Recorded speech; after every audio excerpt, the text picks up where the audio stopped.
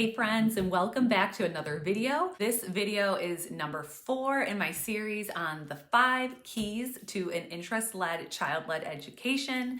And today we're diving into the one of my favorite topics, and that is freedom. If you are new here, welcome. I'm Kimberly Robertson. I'm a homeschool mom of 4 from middle school all the way down to a baby. We've homeschooled from the very beginning, and I've spent years deep in homeschool philosophy, brain science, and now child psychology. I absolutely love this life learning, interest-led unschooling approach in education. And after all, it's how adults learn, and I believe that our kids deserve the same opportunity. Even our founding fathers were educated this way. And no matter what kind of education your child is receiving, there's always room to nurture their curiosity and allow them to explore what truly lights them up. But let's get into this video and let's talk about freedom. I want to start with a beautiful quote from A River Runs Through It by Norman Maclean. Each weekday, while my father worked on his Sunday sermon, I attended the school of the Reverend Maclean. He taught nothing but reading and writing, and being a Scot, believed that the art of writing lay in thrift. So while my friends spent their days in Missoula Elementary, I stayed home and learned to write the American language. However, there was a balance to my father's system. Every afternoon, I was set free, untutored, untouched until supper, to learn on my own the natural side of God's order. Isn't that beautiful? The balance of structure and freedom, giving hours upon hours to explore and learn on their own. But here's the thing, in today's world, that kind of freedom can feel hard. As home educators, we often feel guilty if our kids are doing something that looks like nothing to us. But learning happens in those quiet, unstructured moments. That said, freedom doesn't mean unlimited screen time or a lack of boundaries. It's about balance. So what does freedom really mean in this context? When you think of freedom, what comes to mind? Maybe long hikes in the mountains, eagles soaring overhead, kids running barefoot in the backyard. No plans, no agenda, no anxiety. That kind of refuge is wonderful and needed. But in interest-led education, freedom is more than just relaxing and escaping responsibility. True freedom isn't following every whim or impulse. That's not freedom. That's slavery to desire. True freedom is the ability to choose and to commit. So today I want to talk about the freedom to do and to be what we can. Not just freedom from rules, but freedom with purpose. So let's break this down with a few examples. If you as an adult want to learn a new language, let's say, you don't just wing it every day. You sign up for a class, you commit, and you study. You make that choice freely and you know you're honoring that commitment. Or if your child chooses to take clarinet lessons, let's say, that choice comes with practice and dedication. As parents in interest-led education, we're choice facilitators. We help them understand the possibilities and the responsibilities that comes with each choice. A common misconception is that child-led learning means letting kids quit whenever they feel like it, but that's definitely not the goal. The goal is to nurture their interests and to teach them commitment and follow through. We as adults make choices every day. Where we live, how we work, how we spend our time, and each choice comes with obligations. The same should be true for our kids. Freedom and obligation are not opposites, they go hand in hand. Our kids need to understand when they have choices and when they don't, and we need to be clear about that.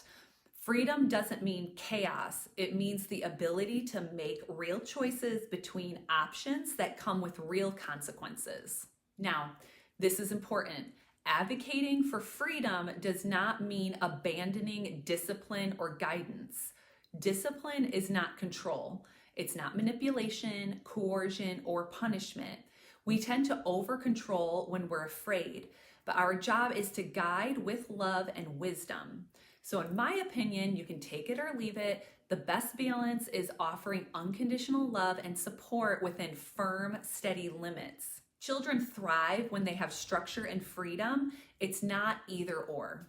And I get it. This is hard, especially if you're a helicopter parent or come from a background of rigid control. There's questions that just flood our mind. Some of them are, if I don't teach discipline, will they turn into irresponsible adults? If I'm not strict, will they ever reach their potential?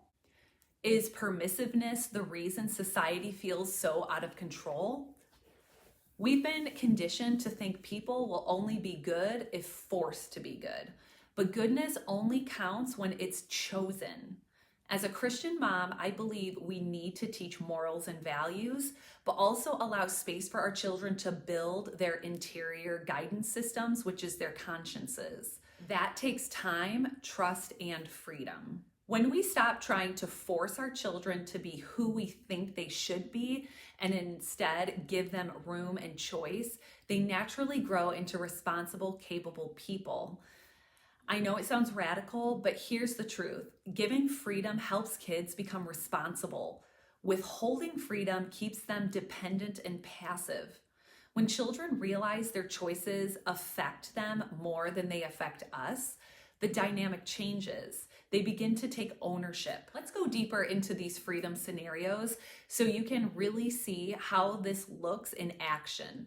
The key here is offering your child real choices while also clearly communicating the natural or logical consequences, all without resorting to threats and commands. The first scenario I have is this one. So Tyler is 9 years old and loves swimming in ponds and rivers with his friends.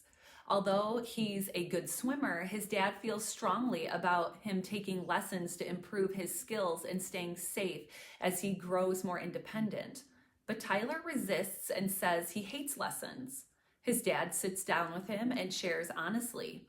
I feel worried because I know you'll want to swim without adults around more and more. So here's the deal.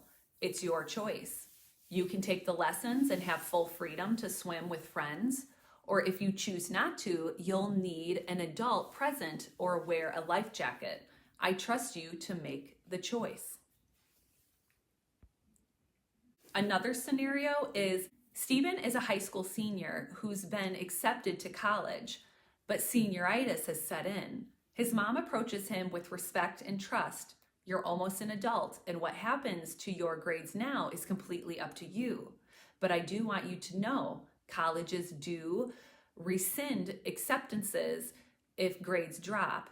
If you like, we can talk about a backup plan, but ultimately it's your choice. I'm here to support you, whatever you decide. 10-year-old Kayla is tired of practicing piano and wants to quit. Her parents remind her gently of her original commitment and their belief that with time, playing will become more enjoyable, but they also give her responsibility.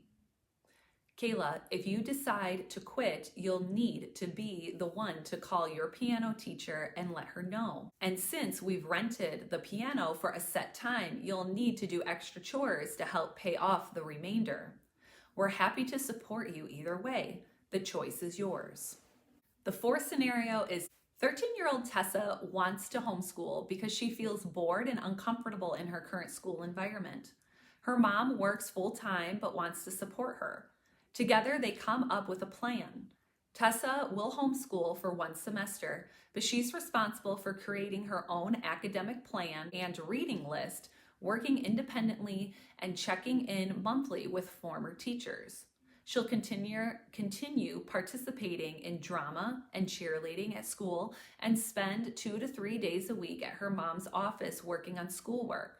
If she doesn't hold up her end of the bargain, she returns to school after winter break. Her mom's message? I'm here to support you, but this is your commitment to manage. These examples show how we can offer freedom with guidance, helping our kids make decisions, experience natural consequences, and develop responsibility for their own lives. All right, friends. I could talk about freedom for hours and hope you found tremendous value in this video, but I'll wrap it up here.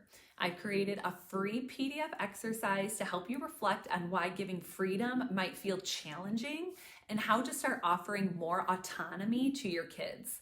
You can grab that in the description below. If you found value in this video, please leave a comment with your thoughts and share it with a friend if you think that they need to hear it. I wish you all the blessings, and like we always say at the EverLearn Academy, never stop learning and always take action. We'll see you in the next video. Bye-bye.